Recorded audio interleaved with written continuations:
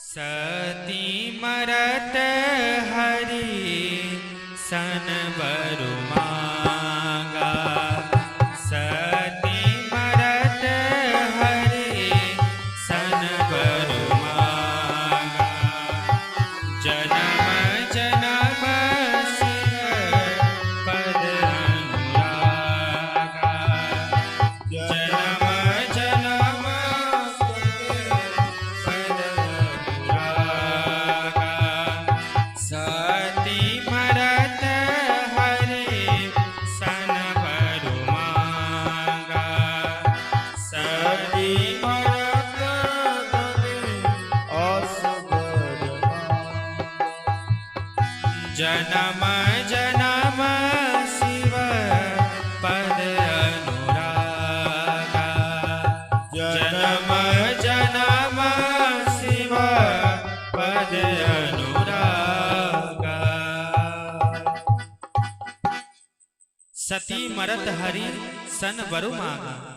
सती मैया अपने शरीर को त्यागने से पहले भगवान श्री राम का ध्यान करती हैं और उनसे एक वरदान मांगती हैं। वह भगवान का स्मरण करती हैं और कहती हैं कि हे प्रभु, मैं इस शरीर को तो अब छोड़ रही हूँ। मैं इस शरीर को अब छोड़ रही हूँ क्योंकि यह शरीर एक शिव द्रोही के द्वारा प्राप्त हुआ है। इसलिए मैं इस शरीर को अब छोड़ रही हूँ। परंतु हे नाथ, यदि इसके बाद भी हमारे और जन्म हो तो मैं आपसे प्रार्थना करती हूँ कि हमें उस जन्म में भी भगवान शंकर ही पति रूप में प्राप्त हो। सती मैया शंकर भगवान से वरदान नहीं मांगी, वह श्री राम जी से वरदान मांगी। ऐसा क्यों? क्योंकि सती जी जानती हैं कि मैं राम जी की अपराधी हूँ। मैंने राम जी के प्रति अपराध किया है। ये आज जो कुछ हुआ है उसका केवल एकमात्र कारण यही है कि मैंने राम जी का अपराध किया। सीता का रूप धारण करके राम जी के पास गई। मैंने राम जी के ऊपर विश्वास नहीं किया, अपने पति के वचनों पर विश्वास नहीं किया। उसी के कारण ये हमारी दुर्दशा आज हुई है। तो मेरा अपराध राम जी के प्रति बना है, तो मुझे क्षमा भी राम जी से ही मांगनी चाहिए। इसलिए सती मैया शंकर भगवान से वरदान न मांग करके मरते समय प्रभु श्री राम जी का ध्यान करती हैं। और एक कारण और है, सती जी सोचती हैं कि शंकर भगवान एक बार हमारा त्याग कर चुके हैं, पुनः वह हमें अपनाए यह संभव नहीं है। परंतु महादेव जी भगवान श्री राम का कभी बात टालते नहीं हैं। यदि राम जी प्रार्थना करेंगे कि हे महादेव, आप सती जी से पुनः विवाह कर लीजिए, तो महादेव उनके बात को कभी नहीं टालेंगे और वह हमें पत्नी रूप में स्वीकार कर लेंगे। इसलिए सती जी महादेव जी से वरदान न मांग करके राम जी से वरदान मांगती हैं और राम जी के आशीर्वाद से सती जी का पार्वती जी के रूप में जन्म होता है। तेहि कारण हिम गिरि गृह जाई। तेहि कारण हिम गिरि गृह जाई। तेहि कारण हिम गृह जाई। जनमी पार्वती तनु पाए। जनमी पार्वती तनु पाए। और सती जी का पुनः किसके यहाँ जन्म होता है? हिमांचल के यहाँ। जो हिमालय पर्वत के राजा हैं, उन हिमांचल के यहाँ सती जी का जन्म होता है। किस रूप में? पार्वती जी के रूप में। बोले पार्वती मैया की जय। और जब यह बात नारद जी को पता चलता है कि जो जगत जननी है, इस पूरे संसार की माता है, जगदम्बा है, वह ही इस समय शिशु रूप में हिमांचल जी के घर प्रकट हुई हैं, तो नारद जी से रहा नहीं गया।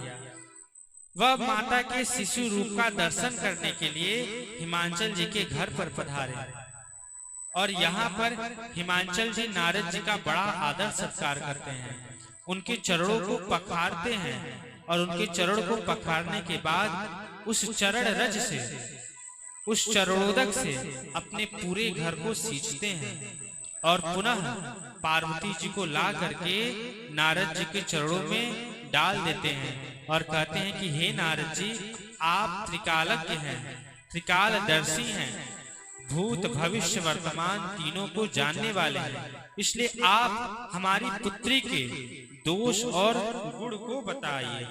कहूं सुता के दोष गुण मुनिवर हृदय विचार। हे नारद जी, आप हमारी पुत्री के पहले दोष को बताइए, उसके बाद गुण को बताइए। नारद जी इस बात को सुन करके हंस देते हैं। हंसते क्यों हैं? क्योंकि नारद जी विचार कर रहे हैं कि मैं तो जगदम्बा का दर्शन करने आया था, मैं तो यह जान करके आया था कि जो पूरे संसार की माता हैं, जो भवानी हैं, जो जगदम्बिका हैं, उन अम्बा का हम चल करके दर्शन करें। परंतु भक्ति के वशीभूत होकर के हिमांचल जी इन जगदम्बा को अपनी पुत्री के रूप में देख रहे हैं और हमसे इनके दोष और गुण को कहने के लिए कह रहे हैं। भला मैं उनके दोष और गुण को कहां तक बताऊंगा, जिनके आशीर्वाद से ही संसार के समस्त लोग गुणी हो जाते हैं, गुण को प्राप्त करते हैं। भला मैं उनके गुणों का वर्णन और कहां तक कर सकता हूं। परंतु ये भगवान की लीला है, तो हमें भी भगवान की लीला में सहयोग देना चाहिए।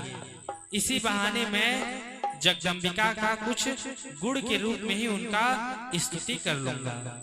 इस प्रकार नारद जी विचार करके पार्वती जी के गुणों को बताने लगते हैं। नारद जी कहते हैं, सुंदर सहज सुशील सयानी, सुंदर सहज सुशील सयानी, नाम उमा अंबिका भवानी, नाम उमा अंबिका भवानी, सब लक्षण संपन्न कुमारी, सब लक्षण संपन्न कुमारी, होई हरि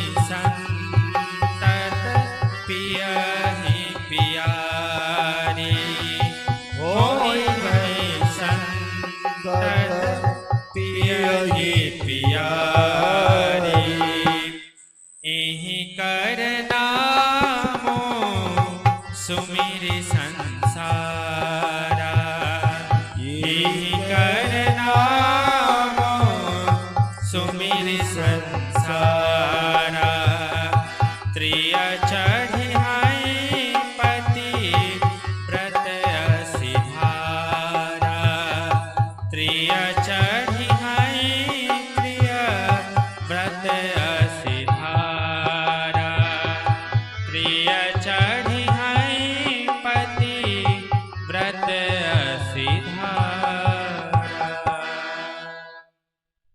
सुंदर सहज सुशील सयानी।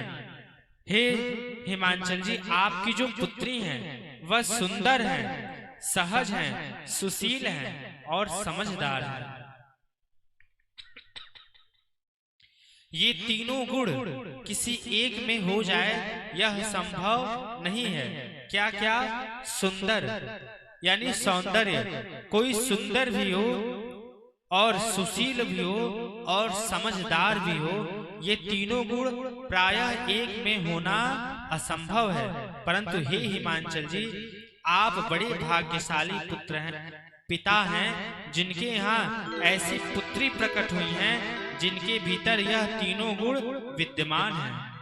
और मैं इनके लक्षण, इनके गुणों को कहाँ तक कहूँ। सब लक्षण संपन्न कुम्हारी।